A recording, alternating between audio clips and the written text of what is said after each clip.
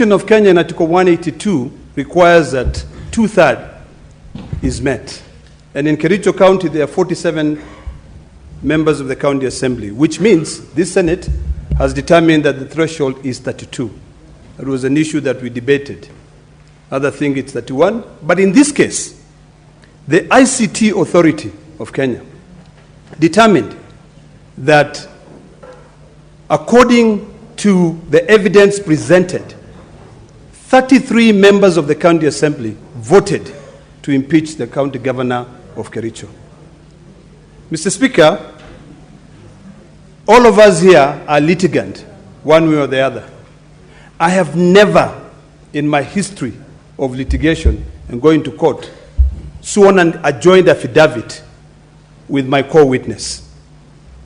In fact, when I first saw that affidavit, I said this affidavit is defective. Because an affidavit is deponed by one individual person under oath that what they are about to say is something that they can be able to stand with.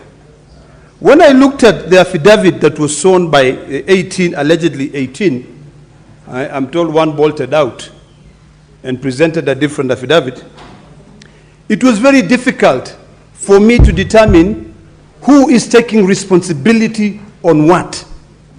It was so difficult, even for the two counsel, to be able to cross-examine those witnesses.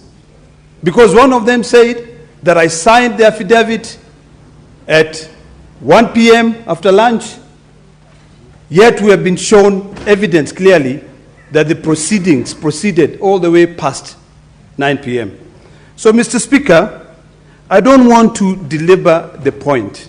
The issue is very clear. When it comes to voting in this House, Mr. Speaker, we have three choices of voting.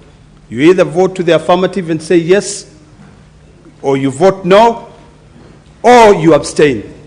There was a huge argument about those ones who alleged that they abstained. It is impractical, Mr. Speaker, when a voting is being carried out electronically, for you to stand in the middle of a hall and say, I abstain. Unless you press a button and you say, I have abstained, and your record and your vote is indicated there, it will be difficult for the results to be printed out with your voice having absented. So, Mr. Speaker, I do not want to proceed further.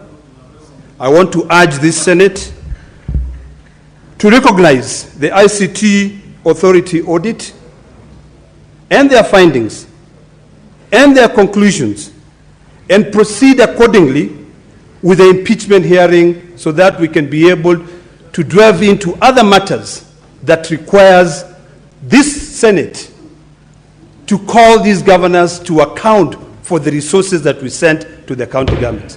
Mr. Speaker, I beg to second.